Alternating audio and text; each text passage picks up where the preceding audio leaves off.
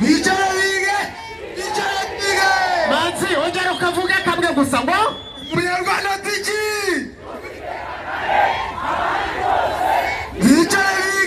bicara bige amasomo apagoye Paul Kagame tuzamutora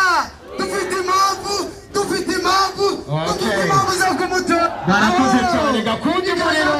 ni Kagame niwe nta wundi barakoze cyane gakundi muriro asante noneho tuzamutererana mu guteza u Rwanda rwacu nta wundi ku giti cyanjye uyu ni umunsi udasanzwe reka mbaze mbashimire iteka mwampaye yo kwamamaza umukandida Paul Kagame kuko ni iteka rikomeye cyane nzabyandika muri CV y'ubuzima bwanjye.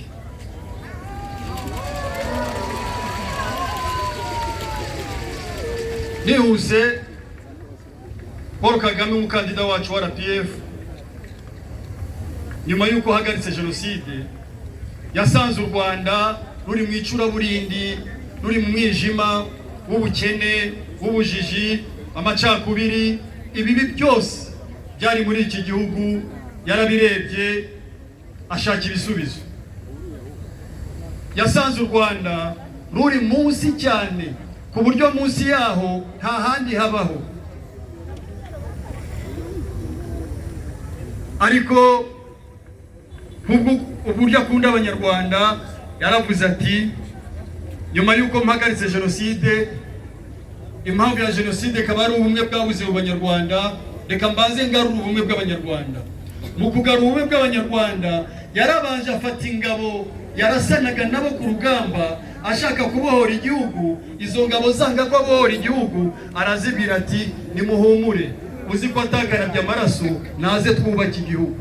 arabanza yubaka ingabo agira ubumwe mu ngabo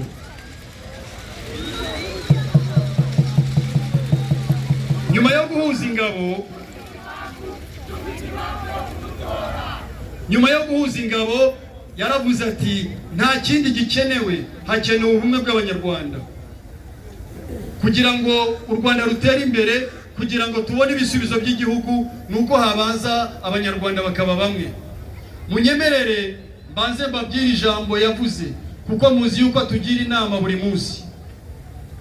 hari igihe yigeze kutubwira ati muryumve ni ijambo rikomeye cyane yaravuze ati isomo rikomeye igihugu cyacu kize ni uguhindura ibibazo byacu amahirwe kandi tugakoresha bike dufite kugira ngo tugere kuri byinshi nta kintu abanyarwanda tudashobora gutsinda binyuze mu bumwe bwacu gukunda umurimo unoze no kwihanganira ibyo duhuye nabyo byose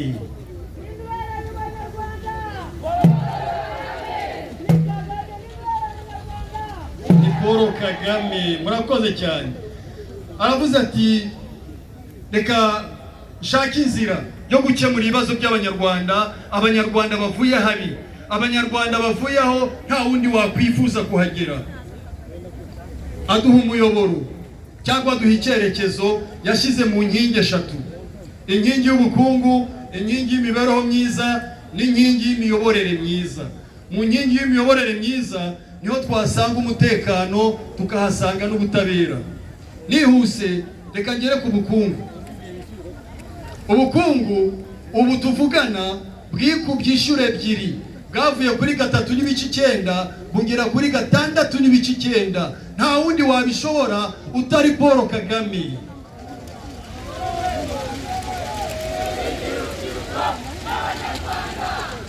dukomeze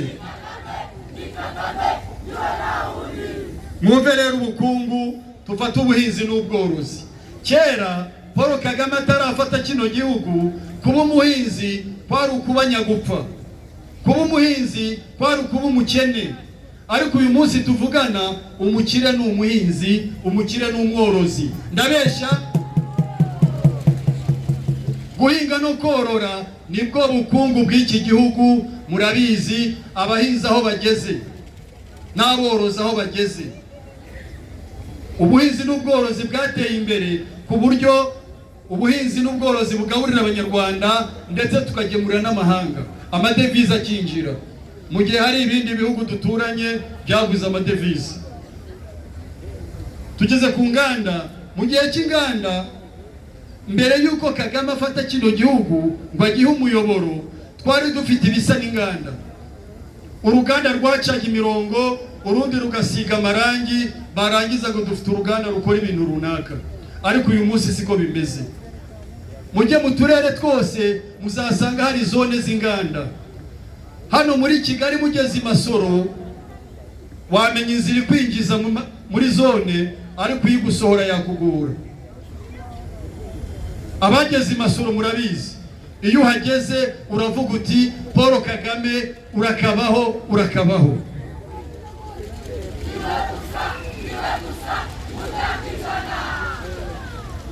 Nibinashoboka tuzarenza 100, tujye mu bikorwa remezo.